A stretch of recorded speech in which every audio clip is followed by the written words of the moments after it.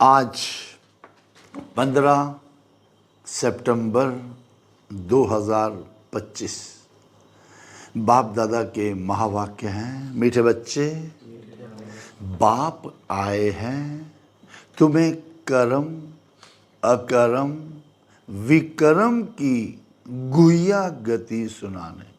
कर्म फिलॉसफी क्या है, उसकी डीप गति क्या है, वो सुनाने आया। क्या है डीप गति? जब आत्मा और शरीर दोनों पवित्र हैं तो कर्म अकर्म होते हैं। सत्युत्रेता में शरीर और आत्मा दोनों पवित्र हैं तो वहाँ कर्म अकर्म होते हैं, न्यूट्रल कर्म होते हैं। द्वापर कलयुग में पतित होने से विकर्म ही होते हैं। प्रश्न है, आत्मा पर कट चढ़ने का, जंक चढ़ने का कारण क्या है? कट चढ़ी हुई है तो उसकी निशानी क्या होगी? कैसे पता लगेगा आत्मा में कट चढ़ी हुई है? पहले तो कारण क्या है कट चढ़ने का? क्यों मैल चढ़ती है आत्मा में? क्यों आत्मा विकारी बनती है ना? फिर उसकी निशानी क्या है? दोनों खतरनाक बातें हैं। उत्तर है, कट चढ़ने का कारण है विकार, यानी पतित बनने से ही कट चढ़ती है। काम विकार ही सबसे बड़ा कट चढ़ाता है। अगर अभी तक कट चढ़ी हुई है, अभी भी विकारों में जाते हो तो उन्हें पुरानी दुनिया की कशिश होती रहेगी।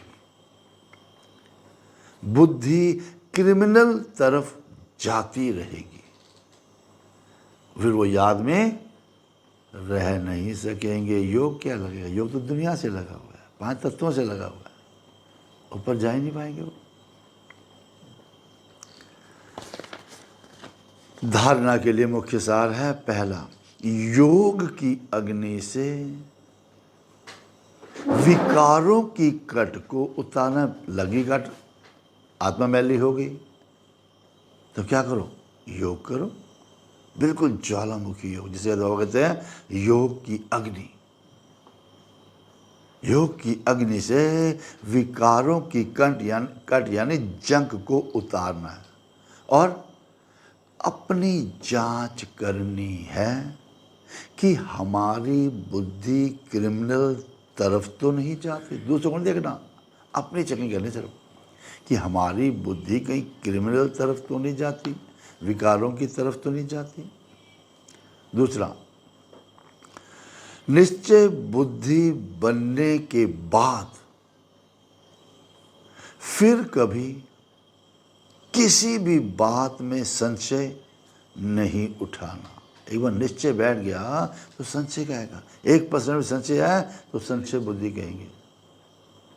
तो विकर्मों से बचने के लिए कोई भी कर्म अपने स्वधर्म में स्थित होकर बाप की याद में करना है। कैसे बचोगे विकर्मों से?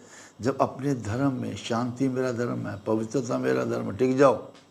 और फिर पवित्र बनाने वाला कौन? बाबा, उसकी याद में रहो, तब विकर्मों से बचेंगे। वरदान, श्रेष्ठ पालना की विधि द्वारा वृद्धि करने वाले सर्व की बधाइयों के पात्र भव। कौन है? जब सर्व की बधाइयों के पात्र। सर्व कैसे आएंगे? जब वृद्धि करेंगे। तो वृद्धि कैसे होनी है? श्रेष्ठ पालना की विधि द्वारा। आपने ज्ञान सुनाया, स्थापना कर दी, स्थापना से काम है जो पालना भी करनी है, बच्चों की एक की पालना भी करनी है। जब पालना की विधि आ गई आपको, कैसे पालना है, कोर्स करा दिया, ये काम खत्म, हमारा काम खत्म नहीं, उसके बाद पालना भी करनी है। जब पालना एक एक को प्यारी अच्छी मिलेगी, उससे जो वृद्धि होगी तब सर्व की बधाइयों के पात्र बनेंगे। सब बधाई देंगे, बाबा की बधाई, बच्चों की बधाई, है ना, अपना को भी अच्छा लगे, अपनी भी बधाइयाँ मिलेंगी। तो आज हम कौन है? सर्व की बधाइयों के पात्र। विस्तार है। संगम युग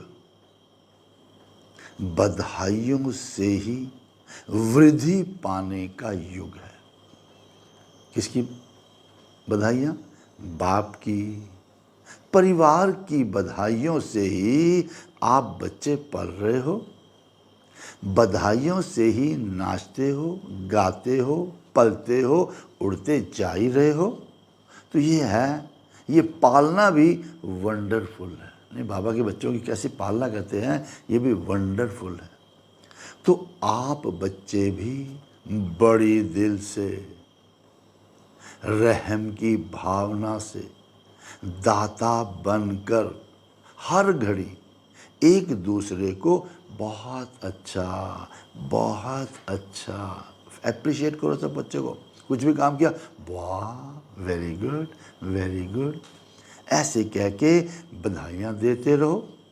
यही है पालना की श्रेष्ठ विधि। इसी विधि से सर्व की पालना करते रहो तो बधाइयों के पात्र तो बन ही जाएंगे। कोई थोड़ा भी काम करता है ना, काटो नहीं उसको, एप्रिशिएट, वाह, very good, very good, very good. ये बहुत ज़रूरी है, एप्रिसिएशन बहुत ज़रूरी है, तभी बच्चा ग्रोथ करेगा। ये है पालना की विधि। करना क्या पड़ेगा इसके लिए? स्लोगन, अपना स्वभाव सरल बना लेना। खेल सारा स्वभाव का है। अपना सरल स्वभाव बना लेना, यही समाधान स्वरूप बनने की सहज विधि है। कारण नहीं, निवारण करना है ना, समस्या नहीं, समाधान करना है ना। उसके लिए नेचर को इजी बना लो।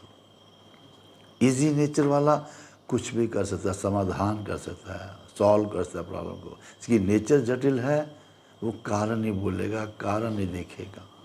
ठीक है। ओम शांति।